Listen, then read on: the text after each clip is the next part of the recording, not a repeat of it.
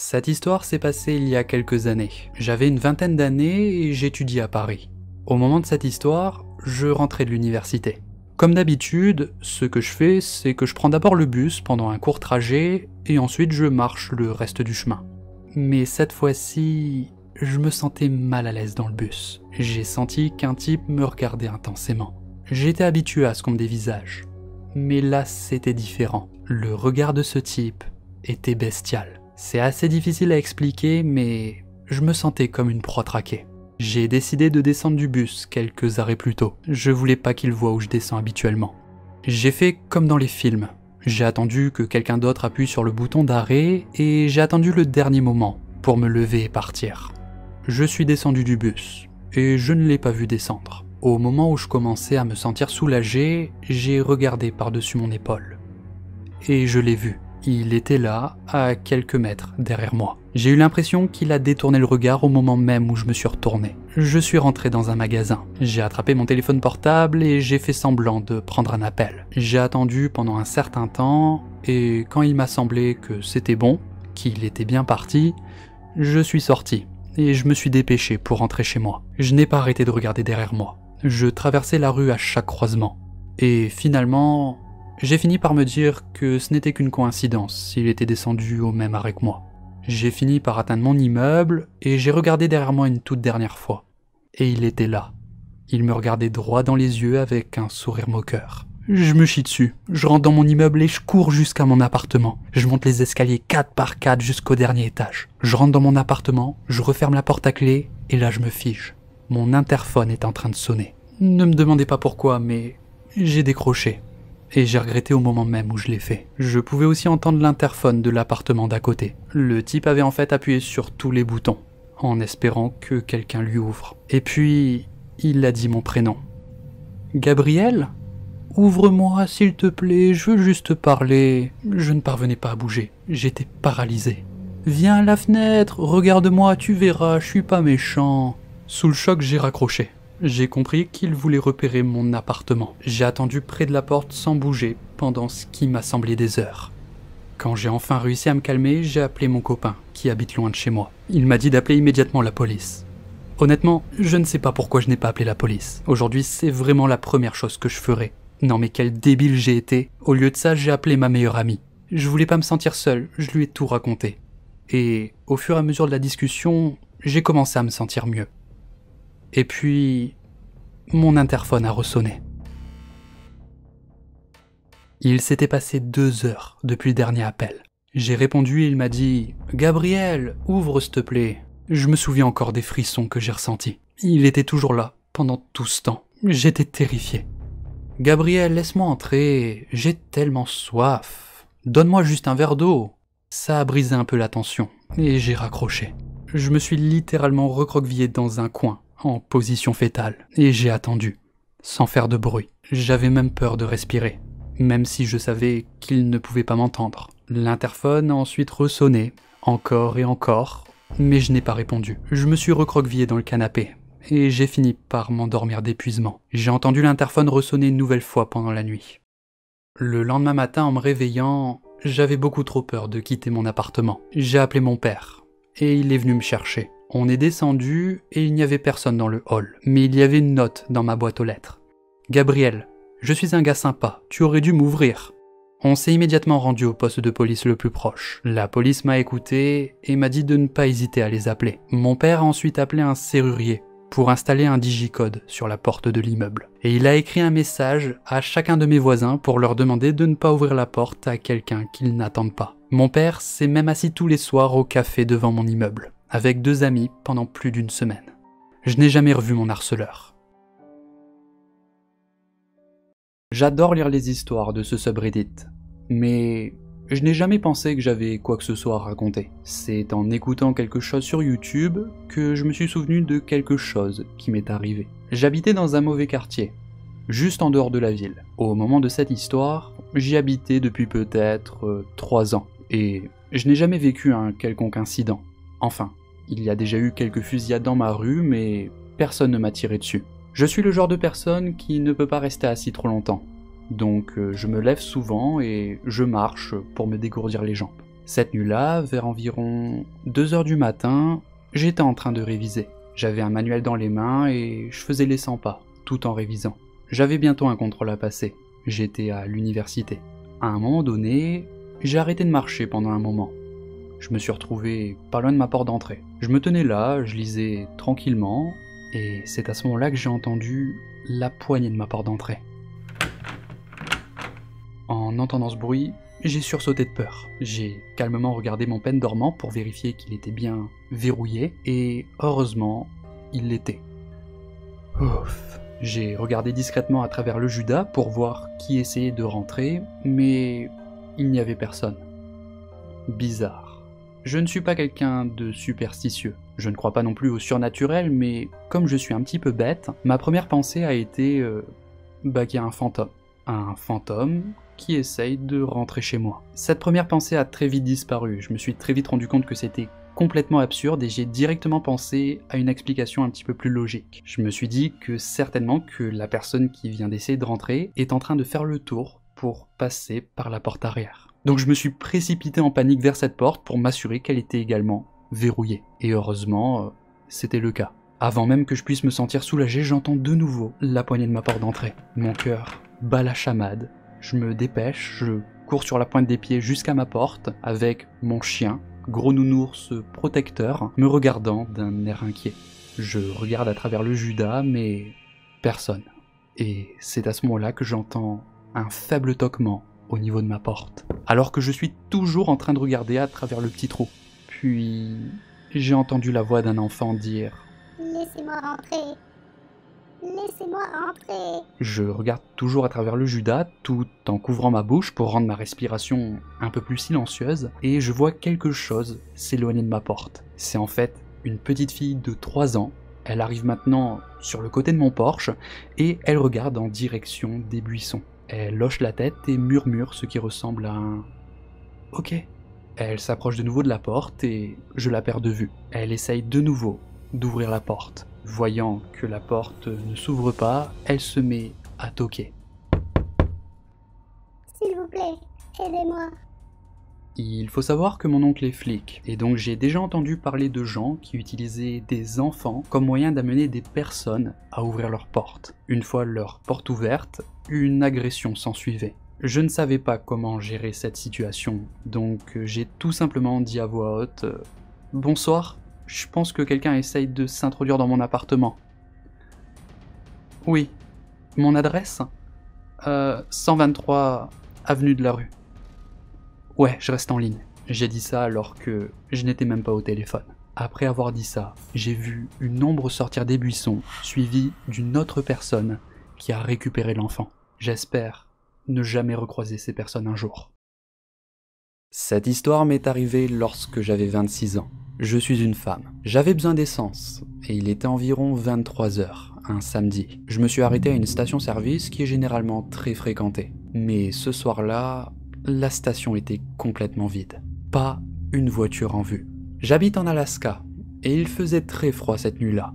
Peut-être moins 10 degrés. J'étais fatigué, je venais de finir le travail et je voulais juste rentrer à la maison. Avec le froid, ce que je fais d'habitude, c'est que je bloque le pistolet de la pompe avec le loquet. Et je m'assois dans ma voiture le temps que le réservoir se remplisse. Mais cette fois-ci, je sais pas pourquoi, mais j'ai eu un sentiment étrange. Mon intuition me disait que je devais rester près de la pompe. Alors c'est ce que j'ai fait. J'ai commencé à pomper de l'essence lorsqu'une voiture, une berline dorée, s'est arrêtée juste à côté de moi. Pour une raison quelconque, je me sentais très méfiante. Un homme est sorti de la voiture et il a commencé à nettoyer ses vitres, qui étaient déjà propres. Il a ensuite remis la raclette et il s'est approché de moi. Il m'a demandé si je pouvais l'aider à mettre du liquide d'essuie-glace dans sa voiture, car il a remarqué sur la route qu'il n'en avait plus. Et il m'a dit qu'il ne savait pas comment ouvrir le capot. J'ai rigolé, et je lui ai dit que je ne savais pas non plus. Ce qui était un mensonge. Il n'arrêtait pas de s'approcher de moi tout en essayant de m'attirer vers sa voiture, en disant qu'il y avait quelque chose sous son siège qu'il ne pouvait pas atteindre, parce qu'il était trop grand. Je suis toute petite, et cet homme était grand et débraillé, le genre de mec qui vit de la nature sauvage de l'Alaska. Je panique un petit peu et j'appuie sur le bouton d'appel de la pompe.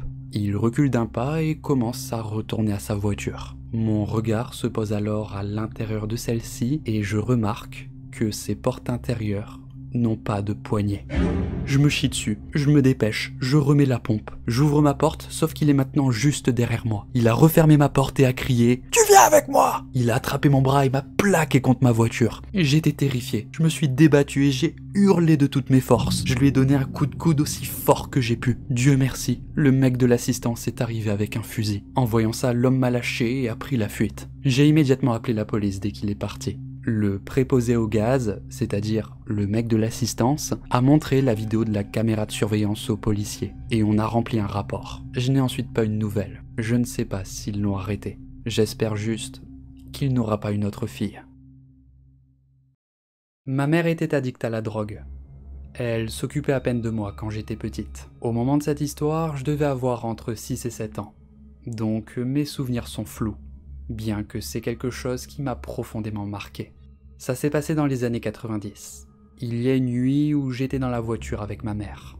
Je ne savais pas où on allait, mais il était tard dans la nuit. Pour être honnête, je ne me souviens même pas d'être monté dans la voiture, mais j'étais en train de dormir sur le siège arrière. Au bout d'un moment, ma mère s'est arrêtée devant une maison, et elle m'a laissé toute seule dans la voiture, pendant ce qui m'a semblé une éternité. Soudain, la portière de la voiture s'est ouverte. Quelqu'un m'a violemment attrapé par le bras et m'a tiré hors de la voiture. J'ai commencé à crier et à pleurer, jusqu'à ce que l'homme qui m'a attrapé me regarde droit dans les yeux et me dit « Tais-toi et n'essaie pas de courir ou je te tue. » Il avait une barbe en désordre et ressemblait à un fou. J'étais mort de peur, alors j'ai obéi. Il m'a tenu fermement le bras, a fermé la portière de la voiture et on a commencé à marcher dans la rue. Pendant qu'on marchait, je me suis retourné et je regardais la maison où se trouvait ma mère, en espérant qu'elle sortirait à la dernière seconde et qu'elle me sauverait. Mais ce n'est pas arrivé.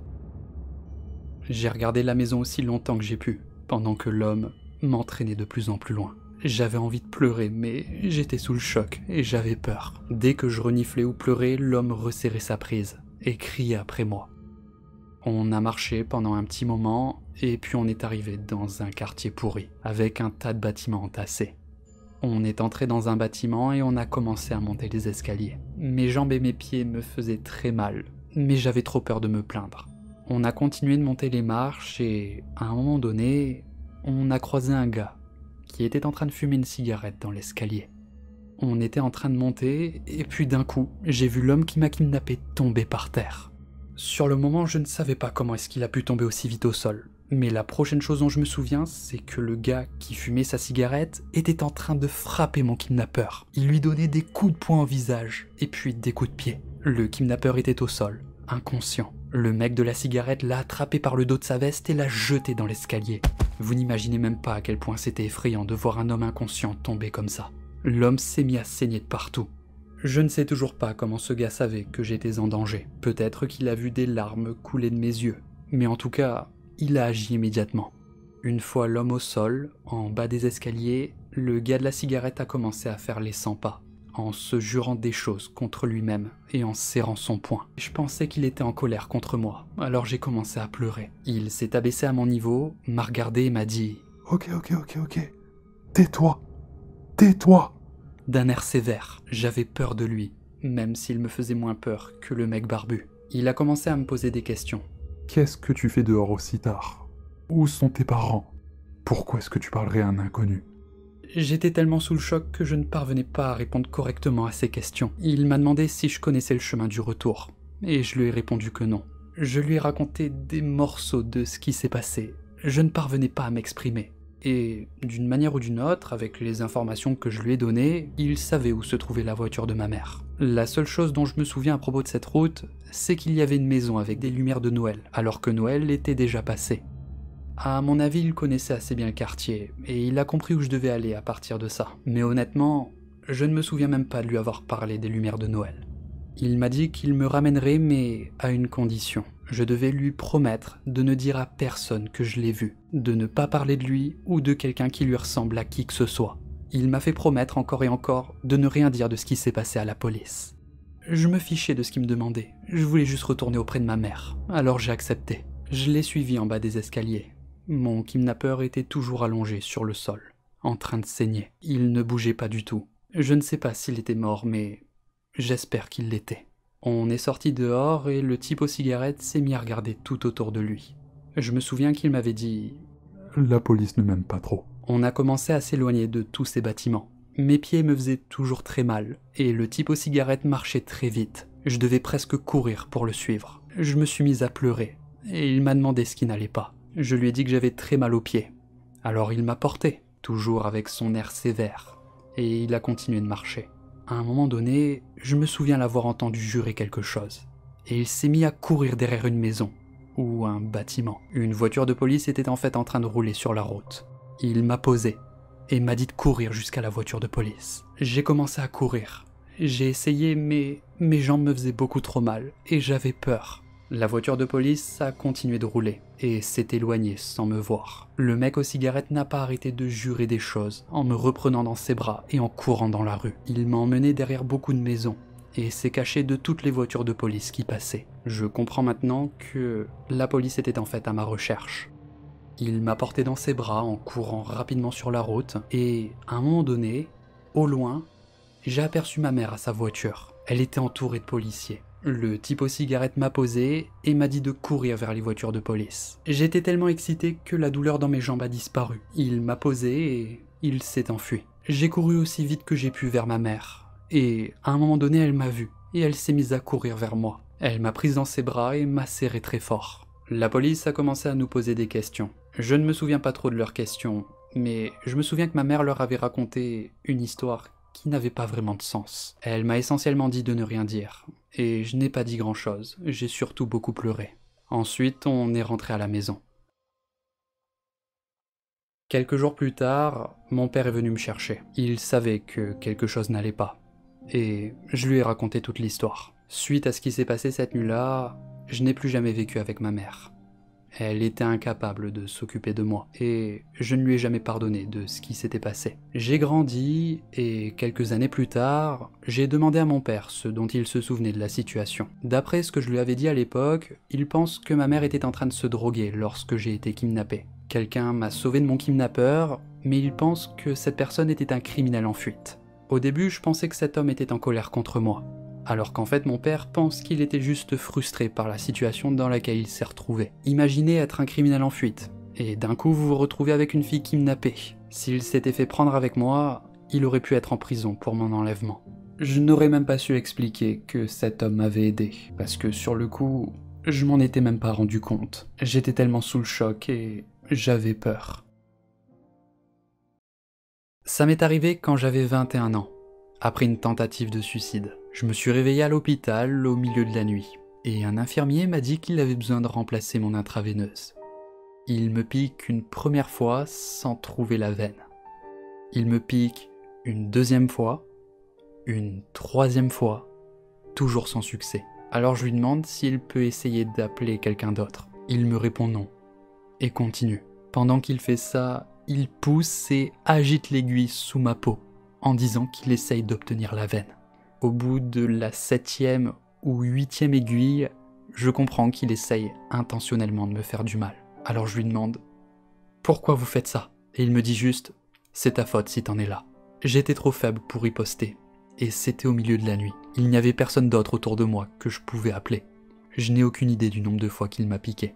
Le lendemain, une autre infirmière est venue enlever mon intraveineuse. Elle a été horrifiée lorsqu'elle a vu l'aiguille. C'était la plus grosse aiguille qu'elle n'avait jamais vue sur un patient vivant. Je ne sais pas pourquoi vous utiliseriez des aiguilles sur un patient mort, mais c'est ce qu'elle a dit. Beaucoup de gens ignorent tout ça quand je leur en parle, mais c'était tellement terrifiant d'être seul, impuissant, et de savoir que la personne qui est censée s'occuper de vous, vous est et veut vous faire souffrir.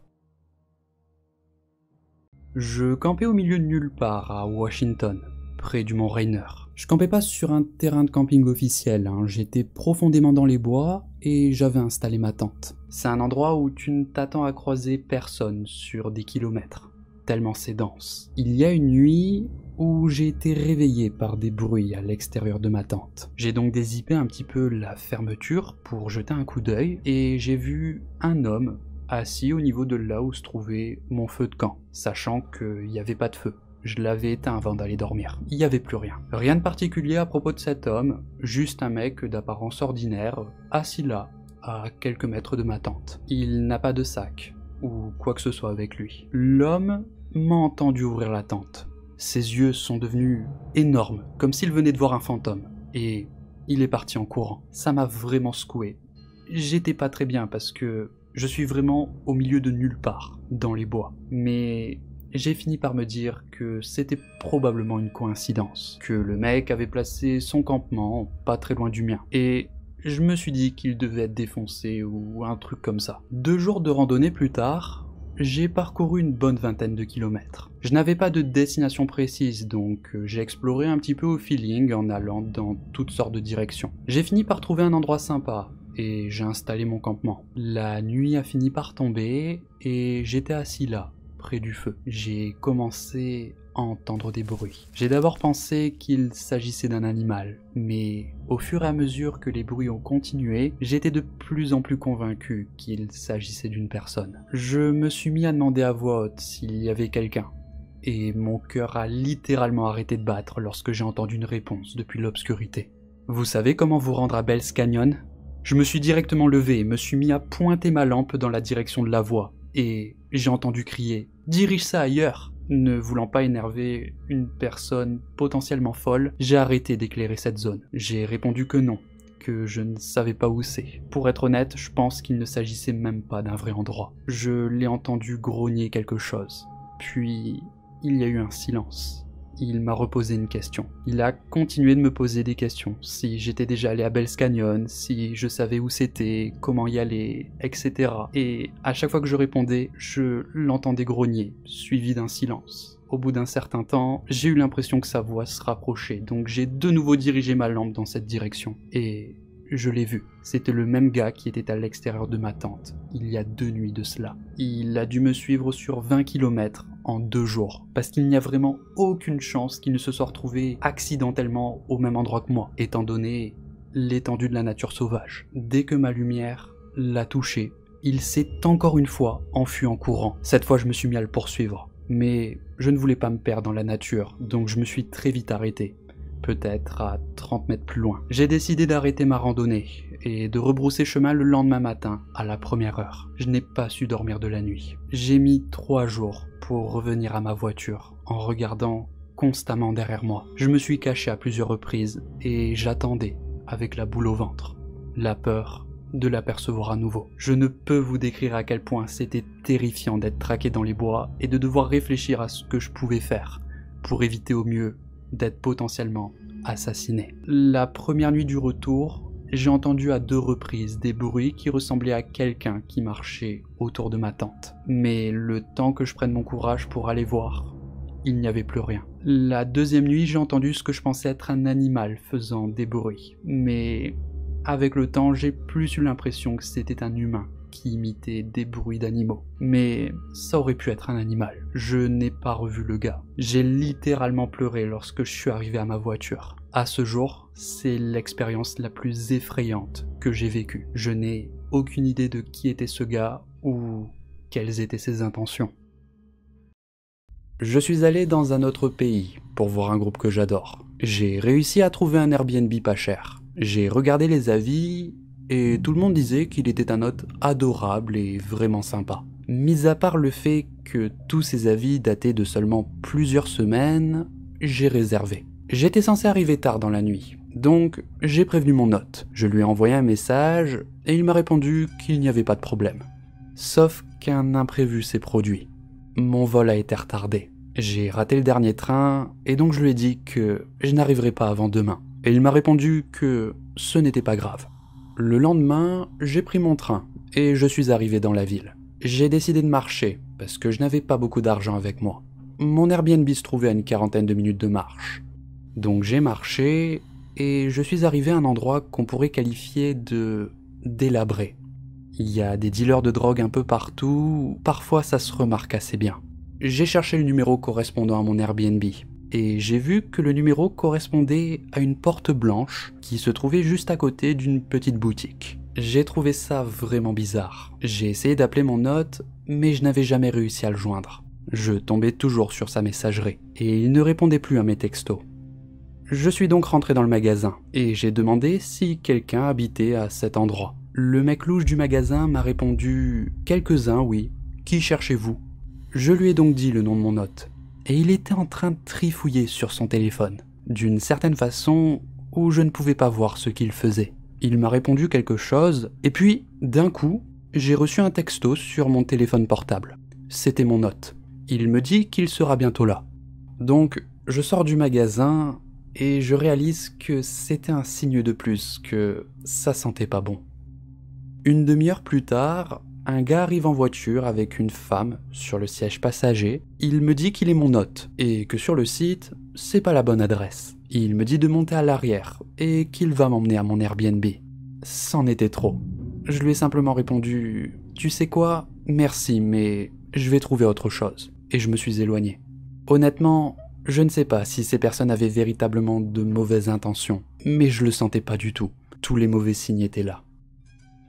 En mars dernier, suite à ma rupture amoureuse, j'ai décidé de partir seul au Costa Rica pour me vider la tête. Ma maman n'était pas très enthousiaste à cette idée, et elle m'a demandé de dire que je venais de Belgique et non de Suisse, car généralement les gens ne savent pas où se trouve la Belgique, et elle a pensé qu'on me laissera sûrement un peu plus tranquille. Les premiers jours à la capitale se sont bien passés. Je n'ai pas fait de connaissances car je n'avais pas la tête à ça. Et en plus de ça, ça me faisait peur de sortir toute seule dans une grande ville. Ensuite, je me suis rendu dans un village qui est assez petit. En 15 minutes, t'as fait le tour. Il y avait autant de touristes pour le surf que de locaux là-bas. Et franchement, je m'y sentais bien. C'était une ambiance assez conviviale, comme si tout le monde se connaissait depuis toujours. Le premier jour, je suis allé à la plage, j'ai discuté avec le propriétaire de l'auberge jeunesse, j'ai fait un petit tour pour voir ce qu'il y avait à faire, et tout s'est bien passé. Le deuxième jour, bon, je comptais quand même faire des connaissances. Je suis venu ici pour penser à autre chose que mon ex, et j'avais besoin de sortir et de m'amuser. Je suis retourné à la plage, là où il y avait un peu plus de monde, et j'ai été interpellé par un marchand. Il m'a demandé d'où je venais, donc je lui ai répondu que je venais de Belgique. Il me dit qu'il vient du Brésil. J'ai donc rebondi sur ça en disant que je suis déjà allé au Brésil et que c'est vraiment très joli, mais je lui ai dit que je ne comprenais pas le portugais, enfin très peu, ce qui est faux, je le comprends parfaitement et le parle couramment. Je ne sais pas pourquoi,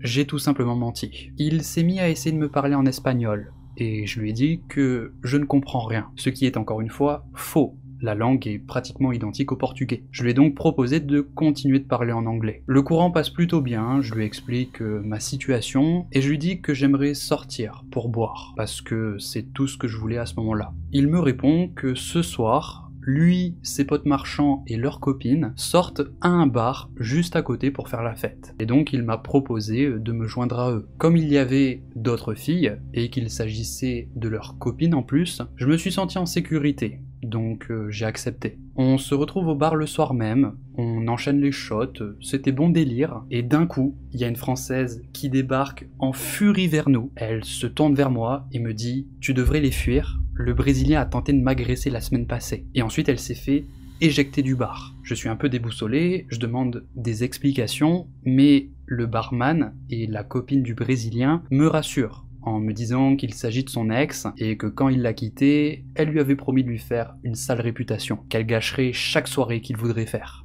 etc. Bon, je me dis que jusqu'à maintenant, tout s'est très bien passé, et ils avaient l'air cool, donc je suis resté. Un peu plus tard, un Allemand vient vers nous, et il nous demande s'il peut rester boire avec nous, parce qu'il voyage tout seul, et il aimerait bien s'amuser un petit peu. Naturellement, tout le monde l'accueille avec plaisir. Au bout d'un moment, le conducteur, qui n'avait pas bu, décide de nous emmener dans un autre bar. Donc, nous rentrons tous dans la voiture, moi à l'avant, il démarre, et au moment de partir, ils font sortir l'Allemand et bloquent les portes derrière lui. Là, j'avoue que je commence à me sentir mal. Je leur demande pourquoi ils l'ont foutu dehors. Et ils me répondent en rigolant « On ne le connaît pas !»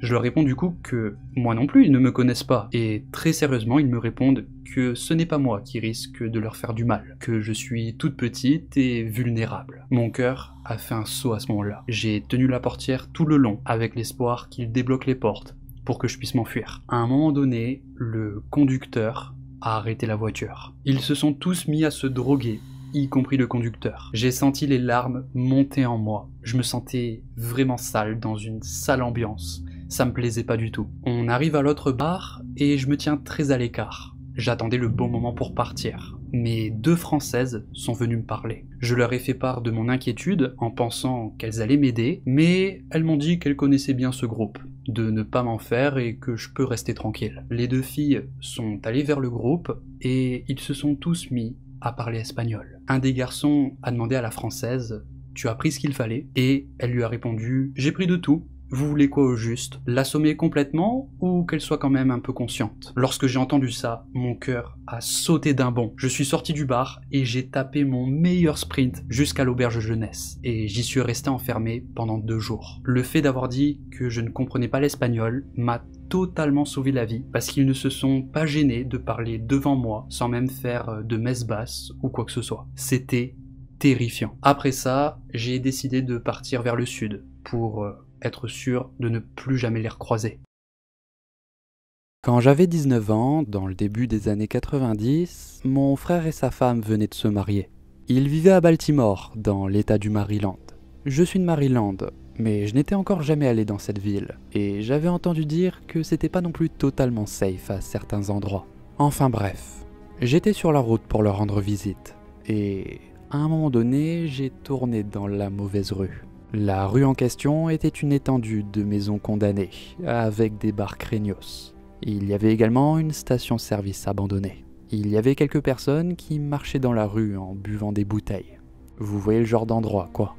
Je savais que je m'étais perdu, et au lieu de paniquer et de me perdre encore plus, je me suis arrêté au niveau de la station-service abandonnée. Il y avait plusieurs postes de téléphone public. Je me suis garé à côté d'eux et j'ai immédiatement appelé mon frère. Mon frère était impatient au début. Il m'a donné des directions en allant un peu trop vite. Et je ne connaissais pas la ville, donc ce n'était pas évident pour moi. J'essayais de noter ses indications au fur et à mesure qu'il me les donnait. Et à un moment donné, il y a quelque chose qui a attiré mon attention.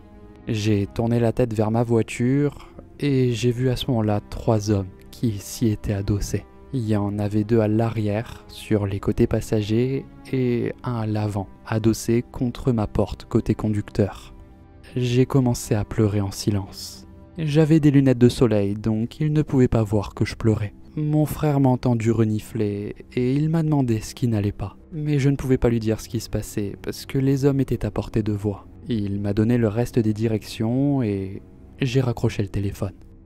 J'ai mis mes notes dans ma poche et j'ai marché jusqu'à ma voiture. L'homme qui était appuyé contre ma porte côté conducteur a tendu sa main vers mon visage et il a essuyé une larme de mes joues. Et puis il m'a dit « Pourquoi tu pleures, bébé? Il ne s'est encore rien passé de grave. » J'ai répondu en sanglotant « Je viens de tirer sur mon mec. Je suis dans la merde, putain. Les policiers. » Je ne sais pas comment cette idée m'est venue, mais c'est tout ce que j'ai trouvé sur le moment. Les 3 hommes n'ont pas perdu de temps. Ils ont décollé en courant dans des directions différentes.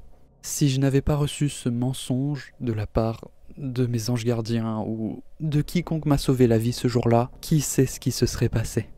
En tout cas, je ne vis plus dans l'état du Maryland. Ce jour-là, j'étais parti en randonnée avec un groupe d'amis. Nous avons marché toute la journée, et on avait prévu de planter nos tentes à un spot de camping. Malheureusement, en arrivant, ce spot était déjà rempli par des randonneurs. Ce n'est pas quelque chose de rare, car c'est un spot typique de cette randonnée. Il commençait à se faire tard, et le spot étant déjà full, on n'avait pas d'autre endroit où s'installer. On a donc appelé un ami de l'extérieur, pour qu'il vienne nous chercher et nous conduire à un autre spot qu'on connaissait. Nous avons marché jusqu'à la route la plus proche pour que notre ami puisse nous récupérer. Il est venu avec son van et nous sommes montés à l'intérieur. Il nous a conduit quelques kilomètres plus loin, à ce fameux spot où nous avions déjà campé il y a maintenant plusieurs années. On peut directement aller à cet endroit avec la voiture. Pour cela, il faut traverser un long chemin forestier. Ça se trouve assez profondément dans les montagnes. Quoi qu'il en soit, nous sortons du van. Il fait noir, on est au mois d'avril dans les montagnes. On est épuisé, on a froid et faim. On a sorti nos affaires et on a commencé à installer nos tentes. Et c'est à ce moment-là que nous avons remarqué un homme qui nous observait. Il était caché derrière un arbre. Alors comme ça, je sais que ça peut sonner comme une histoire d'horreur que tu racontes au coin du feu, mais elle est 100% vraie. Ça nous est vraiment arrivé, ça me terrifie encore aujourd'hui. Nous avons remarqué que cet homme n'avait pas d'équipement, pas de sac.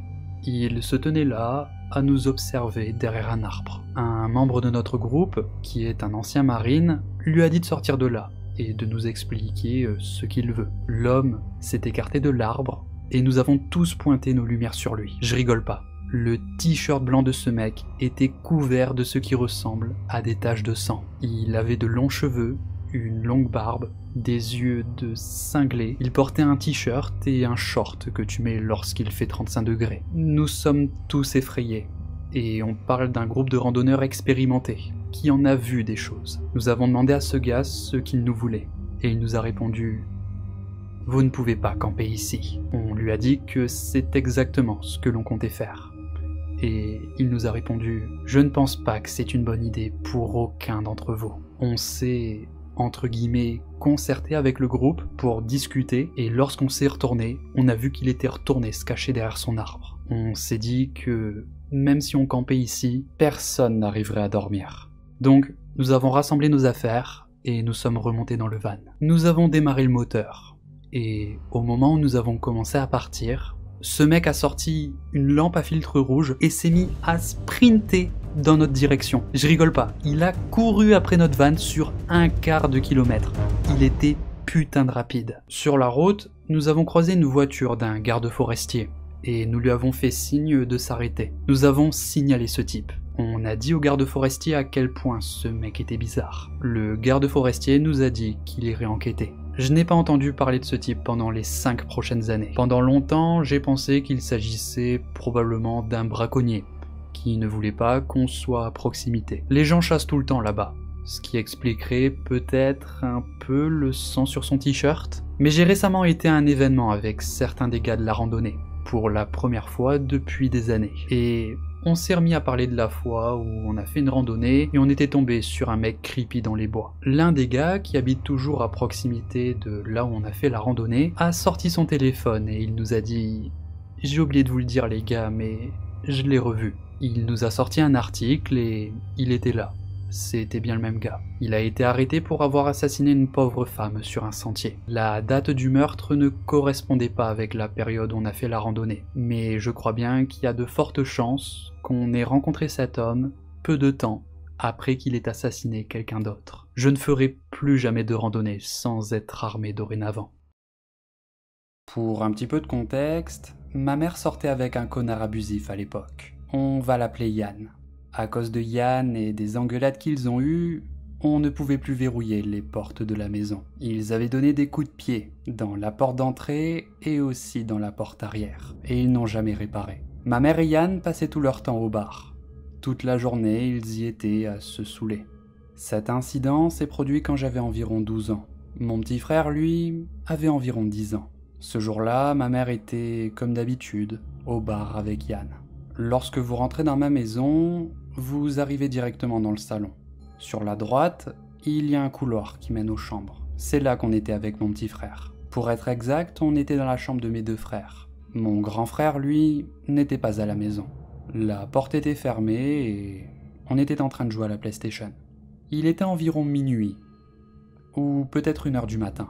On était en train de jouer et on passait un bon moment. Et puis, j'ai entendu un bruit bizarre. Mon frère ne l'avait pas entendu, et je ne voulais pas lui faire peur. Mon frère est quelqu'un qui a peur facilement, et lorsqu'il a peur, il fait des crises d'asthme plutôt mauvaises. Je lui ai donc dit que j'avais soif, et que j'avais besoin d'un verre d'eau. Je lui ai dit de rester dans la chambre, et que je lui apporterais quelque chose. Sauf qu'à ce moment-là, j'ai continué d'entendre des bruits bizarres. Donc avant de sortir de la chambre, j'ai dit à mon frère de se mettre dans le placard, et de continuer de travailler sur notre fort. Le fort était dans notre placard, donc c'était un bon moyen pour que mon frère se cache, sans qu'il ne pose de questions. J'avais un très mauvais pressentiment, et je ne voulais pas effrayer mon frère. À ce moment-là, on n'avait pas d'inhalateur, ni d'appareil de traitement respiratoire. Merci maman. Enfin bref, j'ai quitté le fond de la pièce et je suis sorti discrètement de la chambre, en fermant doucement la porte. et j'ai commencé à marcher très lentement dans le couloir, aussi lentement et silencieusement que possible. J'avais peur, et je pouvais sentir que quelque chose n'allait pas. Une fois dans le couloir, j'ai entendu un grognement, le grognement d'un homme. C'était un bruit profond et terrifiant. En entendant ce bruit, je me suis figé dans le couloir. Je ne voyais pas qui ça aurait pu être. Mon père était dans un autre état, et ma mère était au bar, en train de se saouler avec Yann. J'étais planté là, en essayant de trouver du courage pour aller jeter un œil, lorsque j'ai entendu la porte de la chambre de mon frère s'ouvrir. Mon frère m'a regardé, et il s'est figé. Il a dû entendre le grognement de l'homme, parce que ses yeux se sont écarquillés. Je lui ai fait signe de retourner dans la chambre, et il y est retourné. J'ai pris mon courage à deux mains, et une fois au bout du couloir, j'ai jeté un coup d'œil dans le salon. Et ce que j'ai vu me fait encore peur à ce jour. J'ai vu un homme d'environ 1,90 m pour une centaine de kilos, assis sur notre canapé. Il avait un sourire méchant sur son visage. Par je ne sais quelle chance, l'homme ne m'a pas vu. Je suis lentement, très lentement retourné dans la chambre de mon frère. Et j'ai fermé la porte à clé aussi discrètement que possible. Mon frère était horrifié à cause des grognements que faisait cet homme. J'ai rassemblé le visage d'une grande sœur courageuse et je lui ai dit calmement qu'il y avait un homme que je ne connaissais pas dans notre canapé et qu'il devait être silencieux. Mon petit frère m'adorait, donc quand je lui ai dit que j'avais besoin qu'il soit courageux, il l'a fait de son mieux. Je lui ai dit de ne pas bouger. Et il a obéi. La première chose que j'ai essayé de faire, c'était d'ouvrir la fenêtre pour s'enfuir. Mais elle ne bougeait pas. Elle était complètement coincée. J'ai essayé de rester calme pour le bien-être de mon frère. Et j'ai commencé à chercher une arme. Je savais que mon grand frère avait des épées, mais je ne savais pas où il les avait mises. Pendant que j'étais en train de chercher, j'ai entendu l'homme dire « Je sais que vous êtes là !» Putain, j'ai senti mon estomac tomber. Mes cheveux se sont dressés et j'ai instantanément eu des sueurs froides. Mon petit frère a commencé à avoir une respiration sifflante. Il était en train de faire une crise d'asthme. Je l'ai pris dans mes bras et je lui ai rappelé qu'il devait être courageux. Je lui ai dit de rester assis et de se concentrer sur sa respiration. J'ai commencé à essayer d'ouvrir frénétiquement la fenêtre, mais rien à faire. Elle était coincée. J'ai regardé autour de moi, j'ai commencé à bouger des couvertures et j'ai trouvé le téléphone portable de mon grand frère. Il oubliait tout le temps son téléphone. J'ai immédiatement appelé la police et je leur ai dit ce qu'il se passait. J'étais complètement hystérique à ce stade, mais toujours en restant silencieuse. L'opératrice m'a dit de rester au téléphone pour qu'elle puisse entendre ce qu'il se passait. Mais à ce moment-là, l'homme a commencé à frapper à la porte de notre chambre. Je me suis mise à crier. Je n'en pouvais plus. J'ai perdu mon sang-froid. L'homme essayait d'entrer et frappait à la porte. Ses coups devenaient de plus en plus forts. Il hurlait de le laisser rentrer. Et puis, il a arrêté de crier. Tout est devenu silencieux. Et c'est alors qu'il a fait la chose la plus effrayante qu'il soit. Il s'est mis à rire, putain. Tu sais que je pourrais défoncer cette porte en 2 secondes, hein, petite fille? Ce que j'avais imaginé à ce moment-là, c'est qu'il grattait la porte avec ses ongles très longs.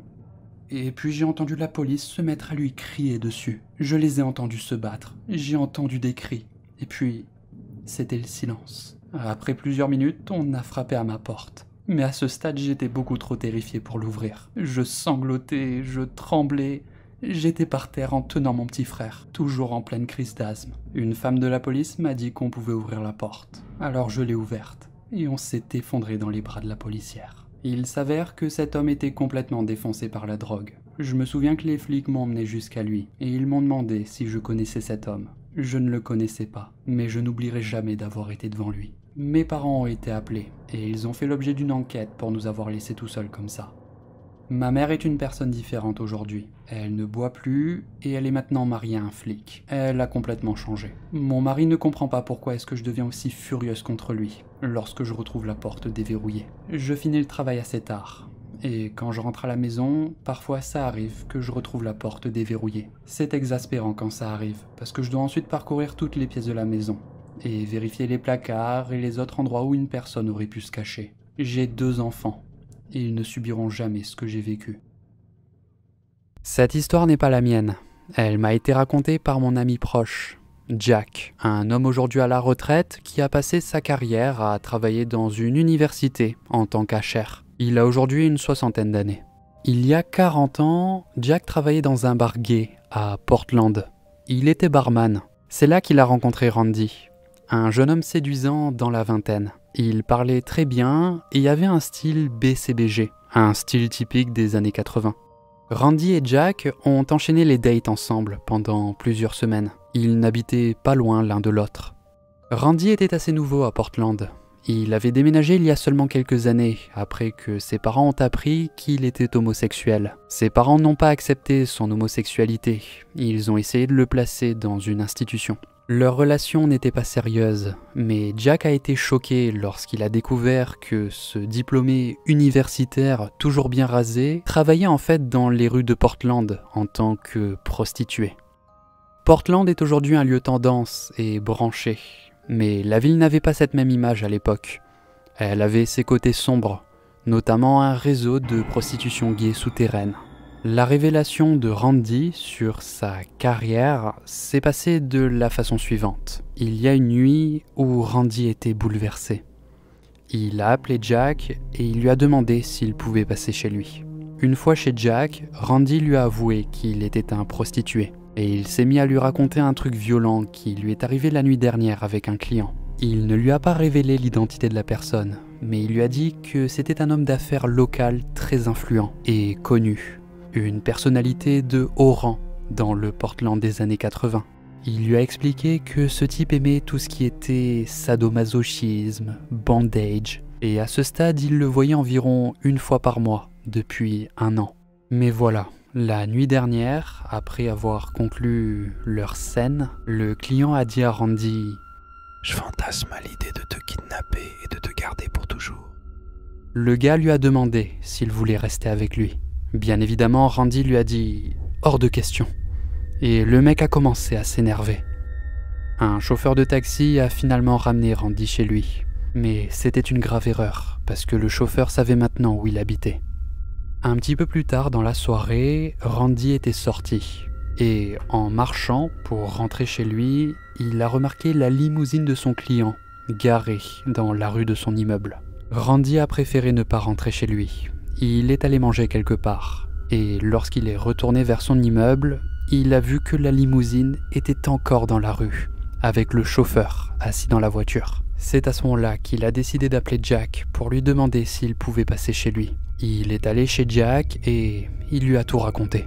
Randy était complètement terrifié.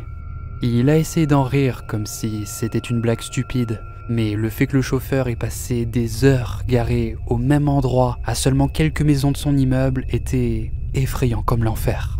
Randy a supplié Jack pour qu'il puisse dormir chez lui en attendant que les choses se calment. Bien que Jack était très surpris et confus, il a laissé dormir Randy chez lui.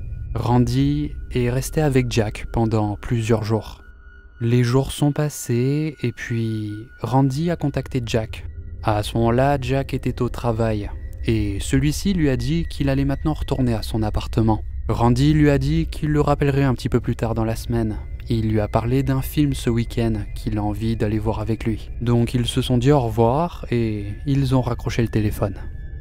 Après cet échange, Jack n'a plus jamais entendu parler de Randy. Lorsqu'il est allé à son appartement plusieurs jours plus tard pour vérifier qu'il allait bien, le responsable de l'immeuble lui a dit que Randy avait déménagé. Malheureusement, Jack ne pouvait pas faire grand-chose. Randy ne lui avait pas dit qui était ce type. Et il ne savait pas grand-chose non plus des antécédents de Randy, à l'exception d'une vague idée d'où il venait. Et c'était encore une fois les années 80. Les policiers n'allaient pas faire toute une histoire à propos de la disparition d'un prostitué. Jack a continué d'espérer recevoir un appel de Randy dans un endroit exotique. Mais alors que les jours se transformaient en semaines, en années, en quarts de siècle, il a arrêté de s'attendre à recevoir un appel. On espère en tout cas que Randy a juste quitté la ville, qu'il est peut-être retourné auprès des membres de sa famille et qu'il est aujourd'hui un homme à la retraite qui a mené une belle vie. Mais on ne le saura jamais. Cet incident s'est produit il y a quelques années, et je suis encore étonné de comment j'étais naïve à l'époque. Cette nuit-là, avec ma meilleure amie, on avait décidé de sortir dans une boîte de nuit. Il n'y avait vraiment rien d'autre à faire à l'époque. Ce soir-là, comme à notre habitude, on a bu pas mal de verres. On était toutes les deux un petit peu dans le mal. Ce qui était pas très malin, vu qu'on était deux jeunes femmes de 20 ans. Enfin bref. Au cours de la soirée, mon amie a fait connaissance avec un garçon, et elle a commencé à le trouver sympa. Pour ma part, je venais tout juste de sortir d'une relation amoureuse qui s'était mal terminée, et je n'avais aucune envie d'avoir une aventure sans lendemain avec un mec random. On est quand même resté ensemble avec ma pote, mais je me sentais un peu comme la troisième roue du carrosse. À 3h du matin, le club a fermé ses portes. À cette heure-là, les métros ne circulaient plus, et je n'avais même pas assez d'argent pour me payer mon propre taxi. C'est malin d'avoir tout dépensé dans l'alcool, hein? Ma pote m'a donc proposé de partager un taxi avec son nouvel ami. Et donc, j'ai accepté. On a grimpé dans le premier taxi qu'on a vu. Une fois à l'intérieur, on a discuté des arrangements pour la nuit. Ma pote m'a proposé de dormir sur son canapé, mais j'ai refusé. Je lui ai dit que j'allais rentrer chez moi à pied parce que je n'habite qu'à 15 minutes de chez elle. Ma pote m'a demandé si j'étais sûr. Elle m'a dit que ça la dérangeait pas du tout. Mais j'ai insisté. J'étais fatigué, émotionnellement perturbé, ivre, et je voulais juste me réveiller dans mon propre lit. Le taxi est donc arrivé devant chez elle. On a payé le chauffeur et on s'est mis à fumer une rapide cigarette. Après l'avoir fumée, on s'est dit au revoir, et j'ai commencé à marcher vers chez moi. Le taxi s'était garé dans la rue, à quelques maisons de là. Je me suis dit qu'il devait certainement être en train de programmer sa prochaine course ou quelque chose comme ça. Mais en passant devant la voiture, la vitre s'est abaissée. Hé, chérie, J'ai sursauté. Je lui ai fait signe, nerveusement de la main. t'as dit que t'habitais pas loin. Je te dépose, c'est gratuit. Je décline poliment la proposition et je lui dis que je suis capable de marcher, mais il insiste. Non, une fille comme toi doit pas marcher toute seule à cette heure-là. S'il te plaît, t'as dit que t'habitais près, non? S'il te plaît, c'est gratuit. J'ai pensé brièvement à des histoires qui m'ont traversé l'esprit, mais j'étais ivre, j'étais fatigué, donc je l'ai remercié et je me suis approché du taxi. En allant ouvrir la porte arrière, il m'a dit de m'asseoir à l'avant, car c'est plus confortable. Et moi, comme une conne, je me suis assise à côté de lui. Ouais, si j'étais dans un film d'horreur, je serais la première à mourir. Le trajet commence normalement. Après tout, le chemin jusqu'à chez moi devait être assez simple. Mais avant que je m'en rende compte, il tourne soudainement dans une petite rue qui va dans la direction opposée. Mes mains deviennent moites et mon cœur se met à battre comme un fou. On a tous déjà entendu ce genre d'histoire d'horreur, mais ça allait pas m'arriver, hein. Je dis donc au chauffeur que je pense qu'il s'est trompé et qu'il va pas dans la bonne direction. Mais pas de réponse. Je lui demande alors fermement où nous allons, mais ma voix virait dans les aigus. À ma grande surprise, il ralentit et il s'arrête. Mais à ce moment-là, j'entends... Il vient de verrouiller la voiture. Au début, j'y croyais pas, mais là, tout mon corps me disait que j'étais en danger. Il me regarde d'un air beaucoup trop pensif et me dit... Regarde-toi, t'es si triste, mais pourtant si belle. Pourquoi? Ton ami t'a laissé, c'est ça? Ce garçon qui était avec elle, il ne t'a pas choisi? Il a préféré ta pote? À ce stade, je suis complètement figé sur mon siège. Je n'ai jamais été aussi paralysé par la peur. Il continue, il me dit... Tu es trop sexy pour rentrer toute seule. Je vais te ramener chez moi et je t'apprécierai. Pas comme lui. Oh, t'es tellement sexy. J'étais assise là, complètement figée par la peur. Et puis, il y a quelque chose qui est sorti de ma bouche. Va te faire foutre. Il me dit alors sournoisement... Ok, je te laisse partir si tu m'embrasses comme une bonne fille. À ce moment-là, il glisse rapidement sa main entre mes jambes et se penche en avant. Et c'est là que je cherche le bouton de verrouillage de la portière. L'homme se redresse très soudainement et démarre la voiture. Mais heureusement, grâce à la lenteur du démarrage, j'ai eu le temps de tirer sur le bouton et d'ouvrir la porte. Je suis tombé sur la route. Je me suis rapidement levé et j'ai sprinté dans la direction opposée de sa voiture. J'ai couru pour ma vie. J'ai parcouru quelques routes secondaires que je connaissais. Et ensuite, je me suis caché derrière des poubelles. Lorsque je suis finalement rentré chez moi, je tiens à dire que ma mère a été formidable. Elle s'est occupée de moi. Je n'ai pas pu signaler ce chauffeur de taxi. Lorsqu'on est monté à l'intérieur, on n'a même pas pris la peine de vérifier si c'était une entreprise qu'on connaissait ou si c'était au moins un taxi agréé. On a pris le premier truc qui est venu. Lorsque je suis rentré à la maison pour passer Noël avec ma famille, mon père m'a rappelé une histoire qu'il m'avait déjà racontée il y a quelque temps. Cette histoire prend place en 1970. À cette époque, mon père avait déménagé du Pérou et il s'était installé à Manhattan. Un soir, il était sorti dans un bar avec son ami Carlos, qui est également originaire du Pérou. Au cours de la soirée, ils ont été approchés par un homme américain. Bien habillé, sympathique, éloquent, il leur a offert une tournée et ils ont passé quelques heures à boire et à discuter. Après un certain temps, cet Américain les a invités chez lui pour continuer à boire et à passer du bon temps. Mon père était instinctivement pas très emballé, mais Carlos a bêtement insisté pour accepter l'invitation. Il était presque ivre et cherchait plus de boissons gratuites. Mon père a fini par se laisser convaincre. Il a accepté. Ils sont arrivés à l'appartement. Ils ont continué de boire et, après 1 heure ou 2, Carlos s'est endormi dans le canapé du salon, en position assise. Tout allait bien, mais mon père ne se sentait toujours pas à l'aise. Et maintenant que Carlos s'est endormi, il savait que ça allait être encore plus compliqué de partir. À un moment donné, mon père est allé dans la salle de bain pour se rafraîchir un petit peu et pour se remettre de ses émotions. Lorsqu'il est entré à l'intérieur, il a de suite remarqué une grande paire de ciseaux posés sur le lavabo. Ils étaient beaucoup plus grands que n'importe quelle paire normale. Il les a comparés à des ciseaux qu'on pourrait retrouver dans un hôpital en 1970. Il m'a expliqué qu'à ce moment-là, son corps entier a été submergé par l'instinct. Il y a quelque chose en lui qui lui disait de prendre cette paire de ciseaux et de les mettre dans son pantalon. Donc il les a pris et il les a cachés autour de sa taille, derrière son dos. Lorsqu'il est retourné dans le salon, il a vu que l'homme avait posé sa main sur la jambe de Carlos. À ce moment-là, mon père lui a demandé ce qu'il faisait. Il a dit à cet homme que maintenant, il était temps pour eux de rentrer. L'homme lui a dit de se détendre et de continuer à boire. Mais mon père a insisté. Et c'est à ce moment-là que le visage de l'homme a radicalement changé. Sa voix est devenue plus grave et il a dit « Tu ne vas nulle part », en sortant un grand couteau de sa poche. Sans détourner le regard, mon père a sorti les grands ciseaux de derrière son dos. Et puis, il lui a dit « J'ai des ciseaux, t'as un couteau. À toi de voir. » Ils se sont tenus là, pendant un instant, et puis, l'homme a posé le couteau et a dit « Cassez-vous d'ici !»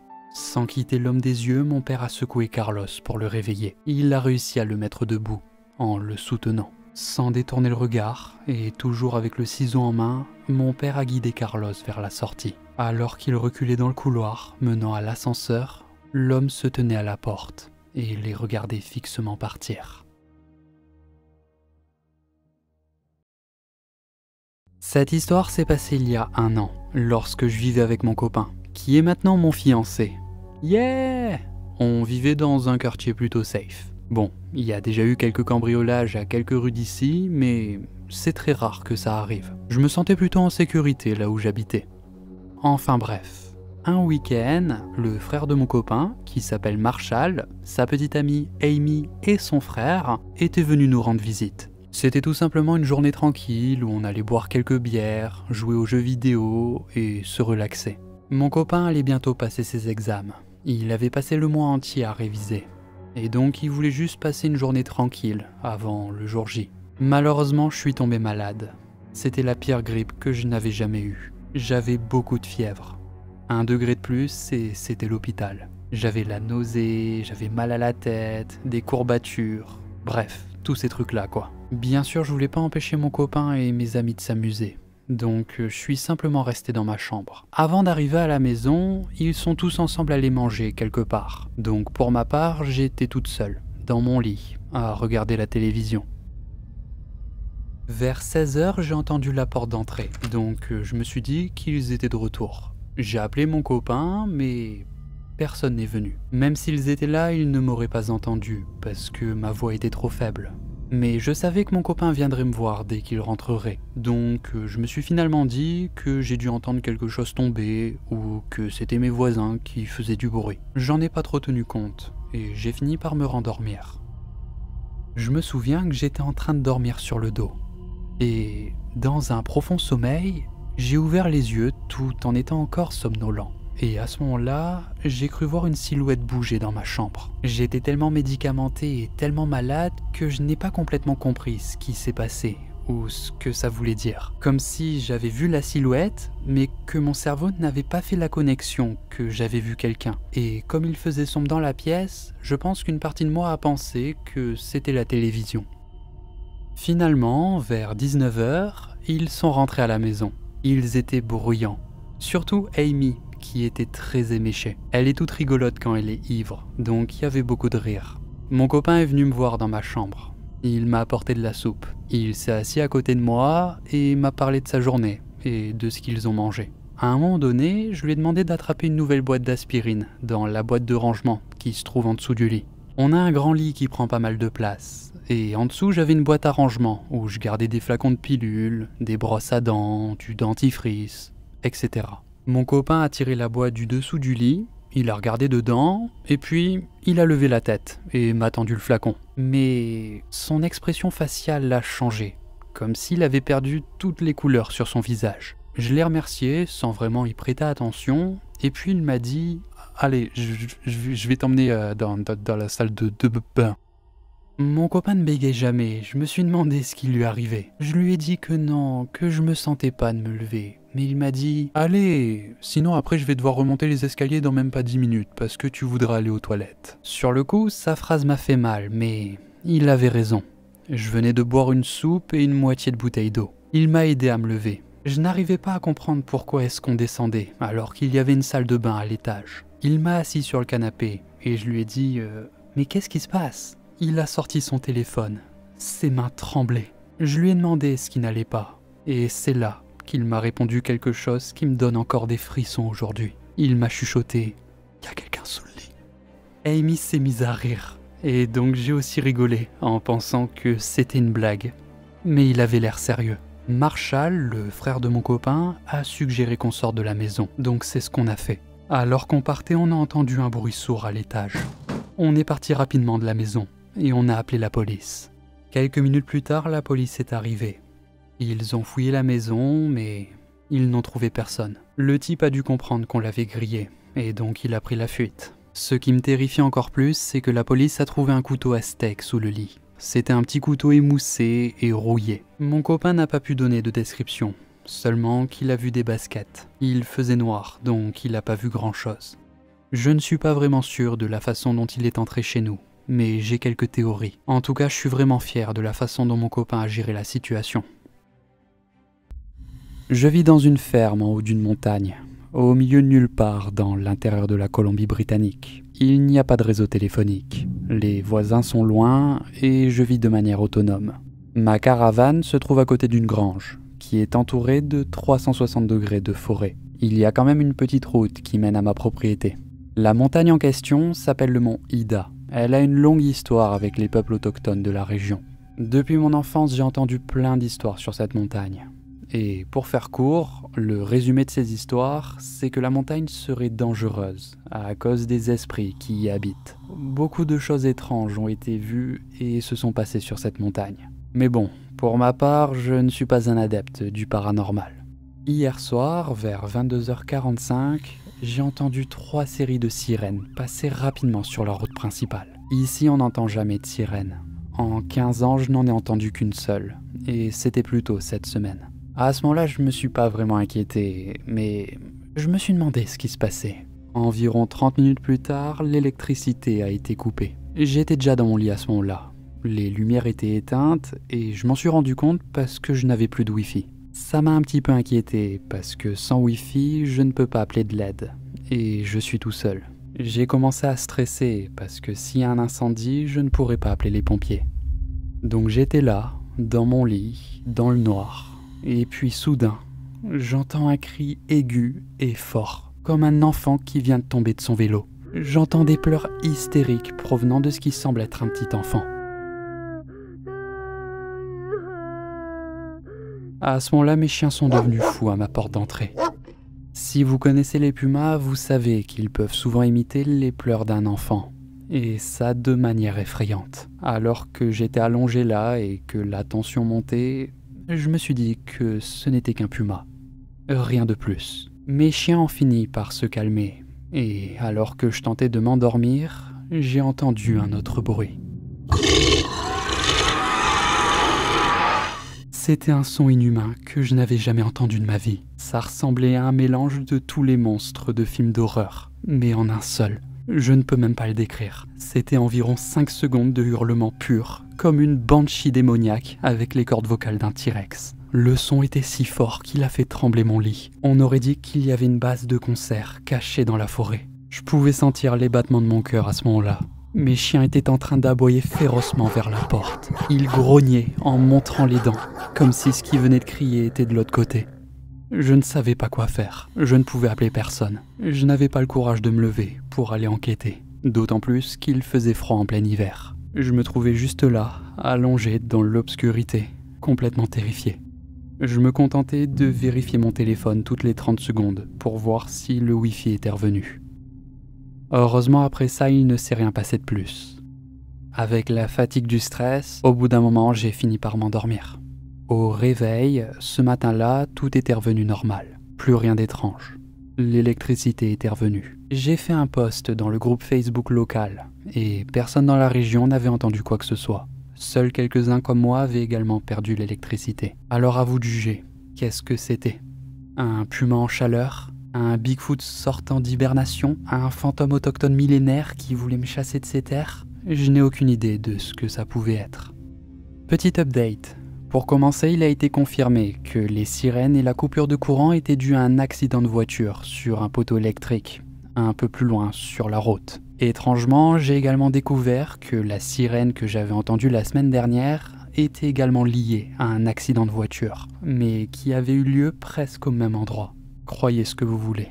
Pour tous ceux qui en parlent, oui, j'ai bien un générateur. Mais le problème, c'est qu'il était dans la grange avec le routeur Wi-Fi. Je n'allais clairement pas sortir dehors pour m'amuser avec le générateur. J'ai vérifié les alentours, et je n'ai pas vu de traces, ni rien d'intéressant à signaler. Alors est-ce que c'était un puma? Comme je l'ai dit, le premier cri était à mon avis celui d'un puma. J'ai entendu pas mal de pumas tout au long de ma vie, et ils ont fait beaucoup de bruits étranges. Mais pour ce qui est du deuxième cri, j'ai vraiment du mal à accepter que ce soit un puma.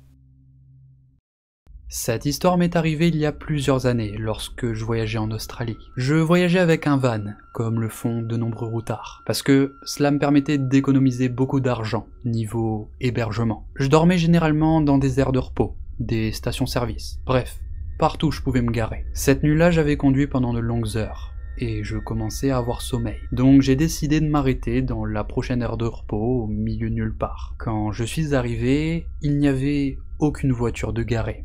Et aucune lumière. Je savais que j'aurais dû me garer à un autre endroit avec plus de gens, mais je somnolais déjà. J'ai éteint le moteur, j'ai fermé les rideaux et je me suis endormi. Puis, je me suis réveillé en sursaut. J'ai entendu des coups violents contre la porte du van. Police, open up!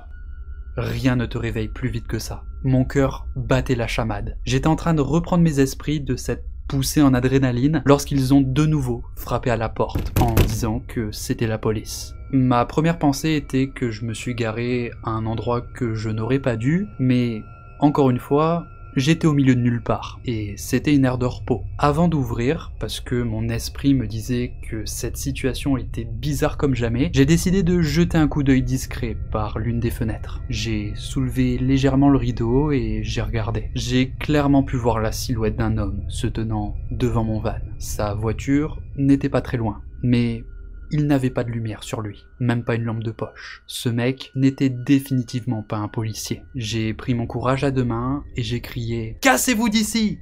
J'ai un gun et j'ai appelé la police !» Je n'avais pas appelé la police. Je n'avais pas non plus d'arme à feu, mais ça a eu un effet sur lui. Je l'ai vu courir vers sa voiture, mais ce qui m'a terrifié encore plus, c'est que j'ai vu quelqu'un d'autre sortir des buissons et le rejoindre à l'intérieur.